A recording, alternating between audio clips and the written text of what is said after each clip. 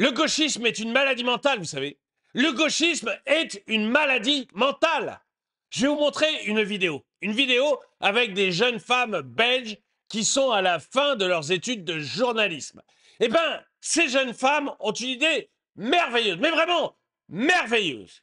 Plutôt que de condamner leurs violeurs à la prison, eh bien, ça serait beaucoup mieux d'aller prendre un café avec eux pour discuter du viol. Bonjour et bienvenue dans cette nouvelle vidéo de DME en direct. Comme toujours, si vous n'êtes pas abonné, je vous suggère de le faire et de cliquer sur la cloche pour être prévenu lorsque je sors une nouvelle vidéo. Et allez sur la boutique DME, le lien est dans la description. Allez sur la boutique DME, vous allez trouver un truc qui vous intéresse parce qu'il y a quand même beaucoup de choix. Et en plus, des vidéos comme celle-là, quand je les fais, vous savez, il y a un gros risque d'être démonétisé par YouTube qui n'aime pas du tout ce genre de sujet. Et bah, les achats sur la boutique, ça permet de compenser ces vidéos démonétisées. Donc, n'hésitez pas à aller sur la boutique, ça serait sympa. Mais bon, voilà, si vous en avez les moyens et si vous aimez les vidéos que je fais, ou du moins les vidéos un peu engagées comme celle-ci. Alors, je vais vous montrer, mais une vidéo de fou furieux. Franchement, une vidéo de fou furieux. J'y croyais pas quand je l'ai regardée. Je n'y croyais pas du tout quand je l'ai regardée. Mais ces gens sont fous. Il n'y a pas d'autre mot. Ces gens sont des dingos. Je vais vous montrer la vidéo. Pendant ce temps-là, chez les petites bourgeoises de l'IHECS, l'école de journalisme de Bruxelles, on préfère discuter avec son violeur autour d'un café que de le voir condamné. Alors je me disais, non mais, vous voyez, quand j'ai lu ça, j'ai dit, bon, il exagère. Non, il n'exagère pas. Je vais vous les faire écouter.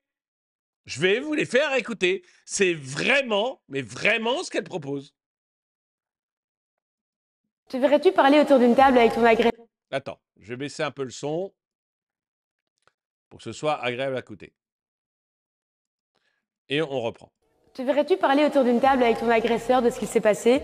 Eh bien, sache que ça existe déjà. Ça s'appelle la justice restaurative. Donc, discuter autour d'une table avec ton agresseur de ce qui s'est passé. C'est une jeune femme. Donc, on se doute bien que l'agresseur, voilà, on est probablement sur du viol, voire sur, bon, dans le meilleur des cas, sur du racket. Est-ce que vous verriez autour d'une table avec votre agresseur pour lui parler? Mais attendez, ça ne s'arrête pas là. Vous allez voir que c'est de plus en plus dingo. La justice restaurative, c'est une autre manière de faire justice. C'est une sorte de médiation où auteurs et victimes peuvent se rencontrer et discuter. Le but est de favoriser la réparation en créant des espaces de dialogue entre les deux parties. L'idée est qu'en mettant l'humain au centre et en écartant la punition et l'exclusion, on évite de coller des étiquettes aux auteurs et aux victimes. On évite de coller des... On évite... Non mais c'est dingue, mais ces gens sont fous. Mais ces gens sont... Elle se rend pas compte de ce qu'elle dit. On évite la... Attendez, on va le remettre, hein. Hop, on écarte la punition. Je vais vous faire écouter une deuxième fois parce que c'est complètement dingue. On écarte la punition et comme ça évite de mettre une étiquette sur l'agresseur. Le pauvre agresseur. En fait, ce gars-là, c'est une victime où les juges violaient une fille. Ou vous raquettez, voire vous poignardez. En fait, le gars à Mulhouse qui est allé planter les flics et qui a tué un père de 69 ans, ce gars-là, c'est une pauvre victime. Il faudrait mieux aller discuter. Alors, pas de chance, le père est mort. Il a été poignardé. Il est mort. Il peut plus discuter. C'est dommage. C'est dommage. Parce que sinon, l'agresseur en lui-même, on aurait pu écarter la punition et aller discuter tranquillement. En boire une bonne bière, entre copains. Ça éviterait de lui coller une étiquette de terroriste. Pauvre homme. Mais ces gens sont dingues. Non, mais ils sont complètement... Enfin, je veux dire, pour avoir été matrixé à ce point-là, il faut être allé très loin. La punition et l'exclusion, on évite de coller des étiquettes aux auteurs et aux victimes. Et nous, on en fait notre mémoire. Notre objectif, réaliser un documentaire de 26 minutes pour vous faire connaître les bénéfices et les limites de la justice restaurative. Alors si vous êtes sensible à la thématique, que vous voulez suivre l'avancée de notre projet et rester informé, n'hésitez pas à partager notre média sur vos réseaux sociaux et à nous suivre. Donc, je vais vous le faire réécouter du début, mais c'est vraiment ça. Vous avez été agressé, mais il faut pas aller vous plaindre. Il faut pas punir l'agresseur, enfin. Allez prendre une bière avec lui. Après le viol, ça détend. Après le racket, c'est cool. On va prendre une bière et on discute. Dans un endroit safe. Hein, elle le dit bien. Dans une safe place. Où on peut discuter. Ces gens sont... Mais ils se rendent même pas compte, à mon avis.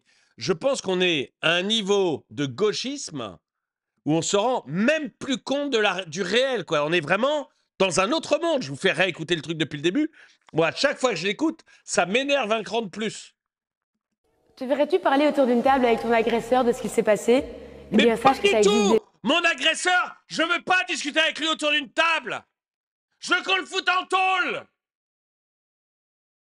J'ai pas envie de discuter. Il m'a agressé. Vous avez envie de discuter avec votre agresseur, vous? Trouvez que ça peut être sympa? Ça peut permettre de passer un bon moment? Vous allez lui donner vos sentiments. Écoute, le viol, c'est pas sympa, tu vois. Moi, j'étais parti pour passer une bonne journée et tout. Je fais mon jogging. Tu viens, tu me violes. Ah, c'est pas sympa. Et à ce moment-là, vous agressez. Oh, mon Dieu, mais tu as raison. Mais je me rendais pas compte. Oh, ah, mais maintenant que tu me le dis, bah oui. Effectivement, c'est pas sympa. En plus, je vais revoir mes choix de vie sur les 20 dernières années. Ah oui, je vais revoir mes choix de vie sur les 20 dernières années et je vais aller bosser à l'usine. Oh, tu as raison. Oh, excuse-moi. Oh là là là là. Mais maintenant que tu me le dis, tu vois. Maintenant que tu me le dis, ça me fait relativiser les choses. Oh là là. Non, tu m'as racketté, tu m'as mis un coup de couteau. Bah, c'est pas sympa. Moi, j'avais un rendez-vous avec ma femme au restaurant. Tu viens, tu me rackettes, tu me mets un coup de couteau. Non seulement j'ai plus les moyens de payer l'addition avec ma femme, mais en plus, il faut que j'aille aux urgences pour me faire soigner. La perte de temps, quoi. Oh, tu as raison. Oh, excuse-moi, mais j'avais pas calculé ça. Moi, bêtement, je t'ai pris pour un distributeur automatique de billets. J'avais pas calculé ça. T'as loupé le rendez-vous avec ta femme. Oh, mince. Oh, flûte. Du coup, t'as dû aller à l'hôpital. Et puis, t'avais pas de monnaie pour t'acheter un sandwich une fois à l'hôpital. Oh, flûte. Mais j'avais pas du tout... En fait, j'avais pas du tout... Oh, mais heureusement qu'on en discute au cours d'un café, quand même. Tu vois, parce que ça me fait réaliser... Oh. Et tu crois que ça a été ça, aussi, avec tous les autres que j'ai rackettés avant toi? Non, parce que mon casier judiciaire dit 42 condamnations. Donc, j'en ai racketté quelques-uns avant toi. Est-ce que tu penses que c'était la même chose? Oh mince! Mais alors, je me suis trompé dans ma carrière, tu crois? Oh, flûte. Ah, écoute, demain, je change de poste, je vais aller faire serveur chez McDo. Voilà. Comme ça, bah, plus besoin de racketter les gens, puisque je bosserai à McDo, hein, et puis ça fera moins de mal.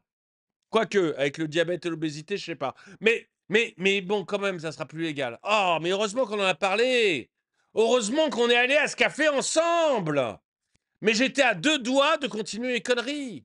Ah, mais merci. Non, mais franchement, on est dans un monde parallèle avec le gauchisme. On est dans un monde parallèle. Déjà. C'est les bisounours, quoi. C'est les bisounours. Ça s'appelle la justice restaurative. La justice restaurative, c'est une autre manière de faire justice. C'est une sorte de médiation où auteurs et victimes peuvent se rencontrer et discuter. Le but est de favoriser la réparation en créant des espaces de dialogue entre les deux parties. Un espace, c'est vraiment ça, un espace de dialogue entre les parties. On va aller au café, on va discuter. C'est vraiment ce que je vous ai... mais... L'idée est qu'en mettant l'humain au centre et en écartant la punition et l'exclusion, on évite de coller des étiquettes aux auteurs et aux victimes. Surtout que, bon, voilà, on n'exclut pas le criminel, vous voyez, Je veux dire, le mec, il a juste racketté, mis un coup de couteau et, à l'occasion, violé une ou deux filles. On va pas l'exclure de la société pour ça. C'est pas gentil. Ah non, non. On peut pas exclure les gens pour des raisons comme celle-là, quand même. C'est pas cool. Non, non. Moi, je pense que... Non. Il faut créer des espaces de discussion. Mais ces gens sont dingues. Ces gens sont dingues. Et nous, on en fait notre mémoire. Notre objectif, réaliser un documentaire Et donc, de 26 bon, après, elles en discutent, donc voilà. Mais c'est une école de journalisme. Ça vous explique beaucoup, mais beaucoup de choses sur les médias mainstream que vous écoutez quand même tous les jours. Hein. Ça explique beaucoup, beaucoup de choses sur les médias mainstream. Hein. C'est impressionnant. C'est impressionnant. Et vous avez remarqué, 1, 2, 3, 4, 5 filles. 5 filles.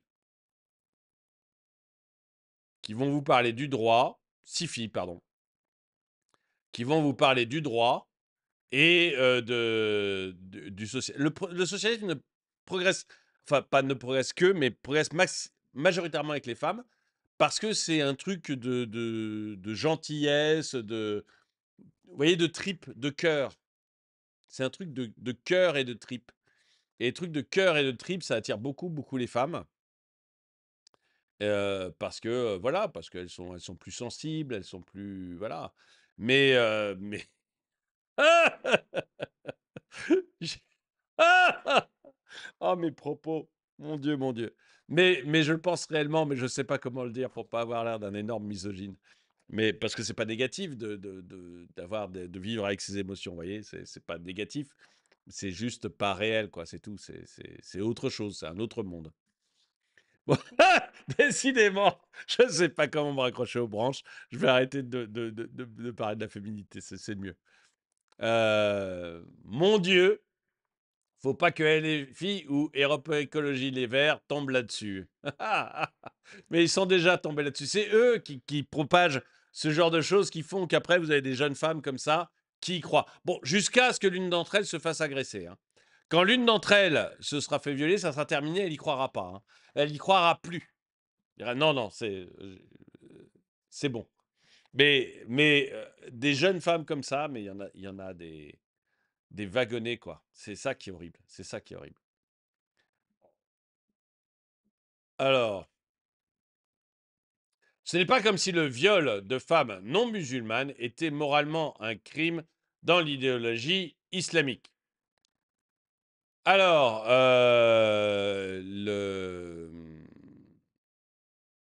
les études,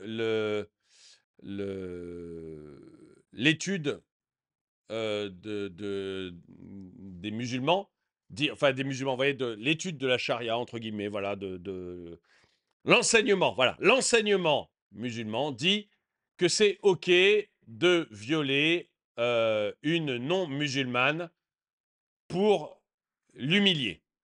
Voilà ce que l'on entend. C'est merveilleux. Je ne sais pas d'où ça vient, mais voilà. Donc, on peut violer une non-musulmane pour l'humilier. Il n'y a pas de problème. Il n'y a pas de problème. Donc, tout va bien. Bah voyons. À ce niveau de conneries, on ne sait vraiment plus que penser. Et encore moins que dire. Je suis tout à fait. Le gauchisme, cette maladie mentale. Oui, le gauchisme est une maladie mentale. Pardon, les petites bourgeoises préfèrent que les autres discutent avec leurs violeurs.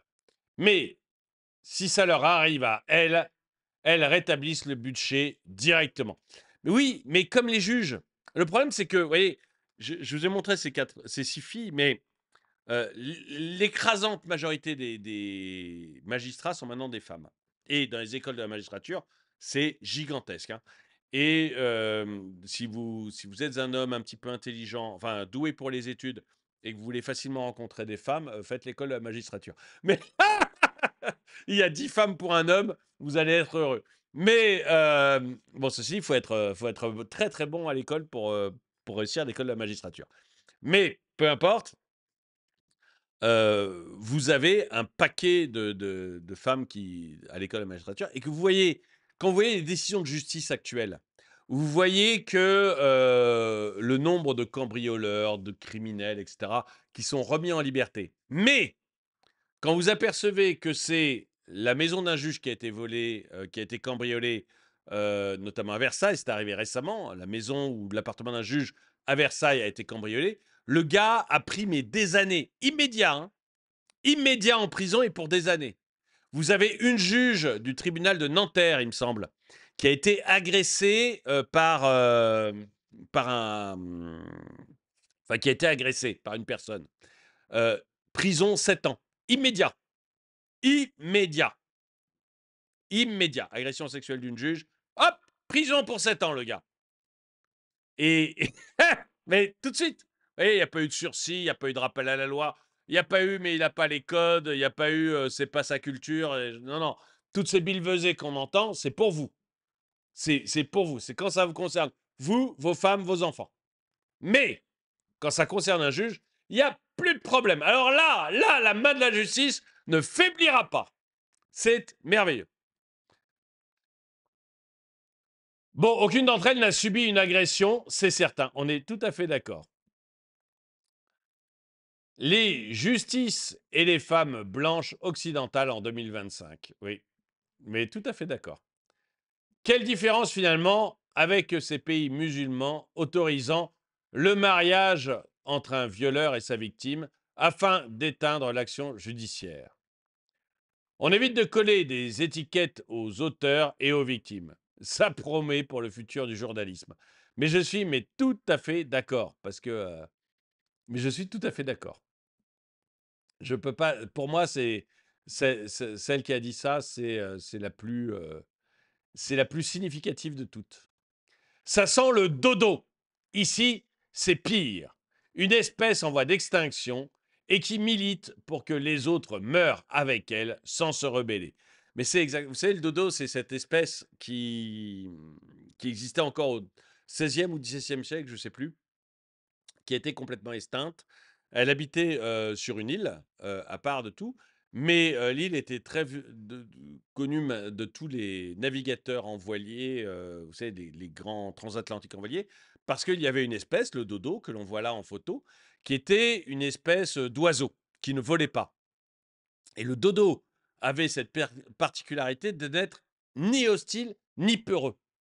Donc c'était une énorme poule, hein, l'espèce est éteinte, hein, mais c'était une énorme poule, très très très grosse poule, enfin énorme, voilà, vous prenez une poule, la poule la plus grosse que vous imaginez, vous multipliez par sa taille par 2, c'est un dodo.